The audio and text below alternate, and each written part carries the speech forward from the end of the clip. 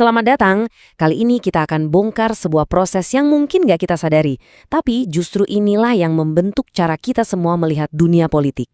Udah siap buat kenalan lebih dalam dengan isi kepala kita sendiri? Coba, pernah nggak Anda berhenti sejenak dan mikir, kenapa ya saya dukung partai A?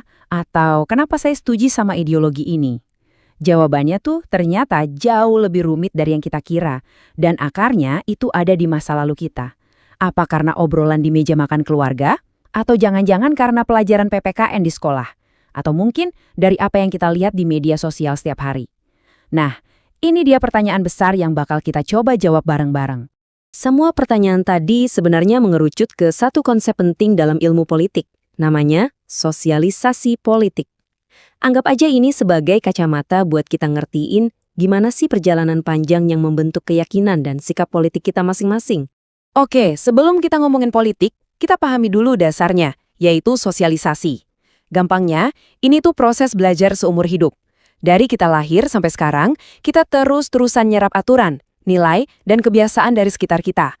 Tujuannya, ya biar kita bisa nyambung dan jadi bagian dari masyarakat. Inilah fondasi dari semuanya. Nah, sekarang kita persempit lagi. Sosialisasi politik itu adalah bagian spesifik dari proses belajar tadi, tapi fokusnya ya ke dunia politik. Disinilah kita, entah sadar atau enggak, belajar soal politik. Ini bukan cuma soal milih siapa di pemilu loh, tapi lebih dalam lagi, tentang gimana kita memahami nilai-nilai kayak keadilan, kebebasan, dan gimana seharusnya sebuah negara itu jalan. Ini intinya adalah proses transfer budaya politik. Kutipan dari Kenneth P. Langton ini pas banget buat merangkum semuanya. Sosialisasi politik itu ya mekanisme pewarisan, sama kayak kita mewarisi bahasa atau tradisi keluarga. Budaya politik sebuah bangsa, nilai-nilai dan kepercayaannya juga diwariskan, dijaga, dan kadang ya diubah dari satu generasi ke generasi selanjutnya. Terus, siapa sih yang mewariskan ini semua? Proses ini kan nggak terjadi di ruang hampa. Ada pihak-pihak tertentu atau yang kita sebut agen yang perannya itu kayak arsitek bagi pandangan politik kita. Yuk kita kenalan sama mereka satu persatu. Agen yang pertama dan seringnya paling kuat jelas keluarga. Coba deh inget-inget, seberapa sering sih obrolan politik orang tua di rumah itu jadi pandangan pertama kita.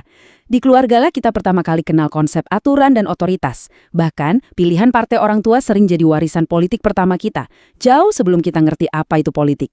Selanjutnya, ada sekolah. Nah, di sini prosesnya jadi lebih resmi dan terstruktur.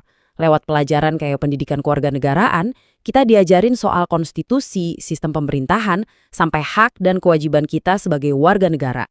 Sekolah itu secara sengaja dan sadar ngebentuk kita. Pas kita beranjak remaja,